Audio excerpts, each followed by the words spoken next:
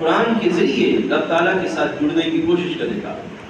یعنی کہ اس طرح جیسے نبی مکرم صلی اللہ علیہ وسلم سے صحابہ کرام نے باقاعدہ اہتمام کے ساتھ قرآن مجید لیا، اس طرح نہیں لے گا، ٹھیک ہے، اپنی عقل، اپنے فہم اور نبی علیہ السلام کی سنت کو ترک کر کے محض جو ہے وہ لغت کی بنیاد پر، عقل کی بنیاد پر وہ قرآن مجید کو لے کے چلے گا، تو ہو سکتا ہے اس کو قرآن سے علم مل جائے لیکن قرآن سے نور نہیں ملے گا،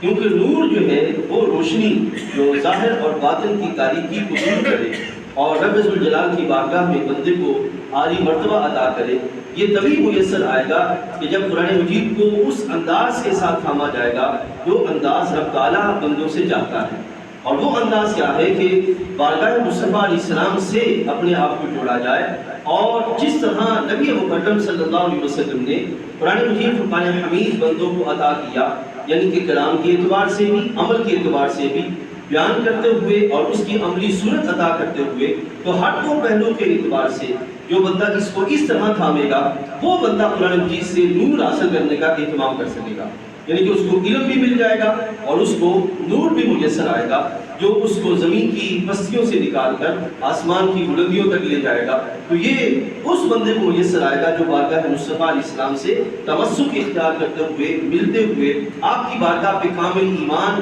اور آپ کے ذریعے رب کی بارگاہ کی طرف بڑھنے کا اہتمام کرے گا، اس کو اللہ تعالیٰ یہ نور عطا فرمائے گا۔ زمانے میں بہت سارے احباب، بہت سارے لوگ قرآن مجید فرقان حمید کی بنیاد پر آگے بڑھنے کا اہتمام کرتے ہیں، لیکن عزیز دوستو وہاں پر سوائے کلام اور سوائے علم کے اور ہمیں کچھ ایسی کیفیت نظر نہیں آتی جس کے سبب ظاہر اور باطن روشن ہو۔ عزیز دوستو اس کی بڑی وجہ یہ ہے کہ وہاں پر علم ہوتا ہے، تحقیق ہوتی ہے، لیکن وہاں پر وہ تمسک بالرسالت، نبی علیہ السلام کے ساتھ تعلق کی جو کیفیت ہے وہ وہاں پر اس طرح مضبوط نہیں ہوتی جیسے جو وہ ہونی چاہیے، جس کا نتیجہ کیا نکلتا ہے کہ وہ قرآن مجید فرقان حمید سے اپنی جستجو اور اپنی عقل کے مطابق علم تو لے لیتے ہیں اور چند اصول تو حاصل کر لیتے ہیں، لیکن علم کا جو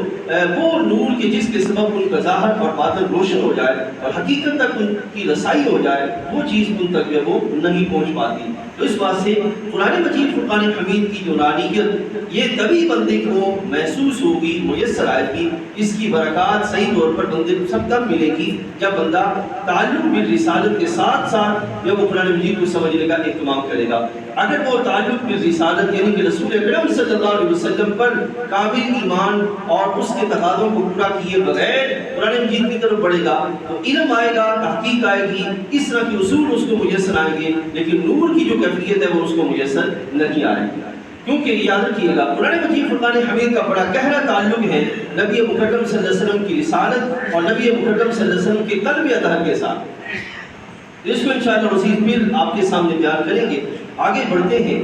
عزیز دوستو قرآن مجید فرقان حمید ایک پہلو میں یہ نور ہے، اور دوسرا میں نے اس کا تعریف کرتے ہوئے عرض کیا کہ قرآن مجید کے نور ہونے سے مراد یہ ہے کہ یہ خود بھی روشن ہے، یعنی کہ اللہ تعالیٰ کا کلام ہے اور مضبوط اور مستحکم محکم جو آیات ہیں، دلائل ہیں، قرآن ہیں، ان پر جو مشتمل ہے، اور جو بھی اس کے ساتھ جو وہ تمسک اختیار کرتا ہے اس کو بھی اللہ تعالیٰ جل وعلا اس کی برکت سے روشنی عطا فرماتا ہے۔ اب یہاں یہ بات سن لیجئے کہ قرآن مجید ایک مکمل نظام میں ہے، نظام حیات ہے،